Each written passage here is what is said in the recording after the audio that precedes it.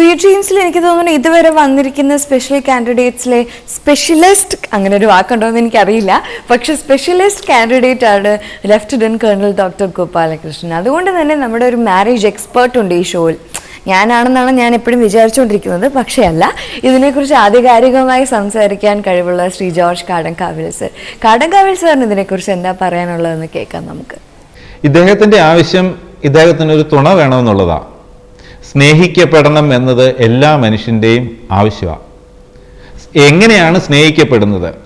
നമുക്ക് സ്നേഹിക്കപ്പെടുന്നു എന്ന് തോന്നണമെന്നുണ്ടെങ്കിൽ നമുക്ക് വേണ്ടിയത് ശ്രദ്ധയും സ്പർശവുമാണ്. നമ്മളെ ശ്രദ്ധിക്കാനും നമ്മുടെ കാര്യങ്ങൾ ശ്രദ്ധിക്കാനും നമ്മളെ ഒന്ന് സ്പർശിക്കാനും ശരീരത്തിൽ അല്ലെങ്കിൽ മനസ്സുകൊണ്ടെങ്കിലും നമ്മുടെ മനസ്സിനെ സ്പർശിക്കാൻ കഴിയുന്ന മറ്റൊരു വ്യക്തിയെ നമുക്ക് സ്വന്തമായിട്ട് കിട്ടുമ്പോൾ നമുക്കൊരു പങ്കാളിയുണ്ട്, നമുക്കൊരു തുണയുണ്ട് എന്നൊരു ധൈര്യം മനസ്സിലേക്ക് വരും. അതുതന്നെ വലിയ ഒരു ഉന്മേഷം പകരുന്ന ഒരു സംഭവമാണ്. അങ്ങനെ ഒരാളിനെ കണ്ടെത്താനുള്ള അവസരമുണ്ടാകണം.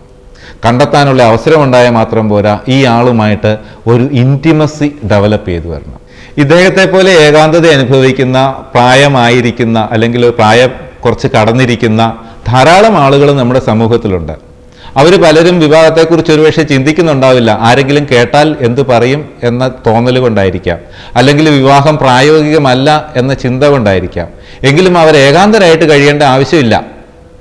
ഇങ്ങനെയുള്ള ആളുകളുടെ കൂട്ടായ്മകളാണ് നമ്മുടെ സമൂഹത്തിൽ പലയിടങ്ങളിൽ ഉണ്ടാകേണ്ടത്. അപ്പോൾ ആരെങ്കിലും ഇദ്ദേഹത്തെ പോലെ പ്രായമായിട്ട് വയസ്സായിട്ട് ഏകാന്തതയിൽ കഴിയുന്നുണ്ടെങ്കിൽ, എനിക്കൊരു കൂട്ടില്ലല്ലോ എന്ന് വിഷമിക്കുന്നുണ്ടെങ്കിൽ, അത്തരം ആളുകൾ ഇനിഷ്യേറ്റീവ് എടുക്കണം അവരുടെ കൂട്ടായ്മകൾ ഉണ്ടാക്കാൻ വേണ്ടിയിട്ട്. അങ്ങനെയുള്ള ആളുകൾക്ക് ഞങ്ങളെ ബന്ധപ്പെടാം. ഇങ്ങനെ ഒരു കൂട്ടായ്മ ഉണ്ടാക്കാൻ വേണ്ടി ഞങ്ങളും നിങ്ങളെ സഹായിക്കാം.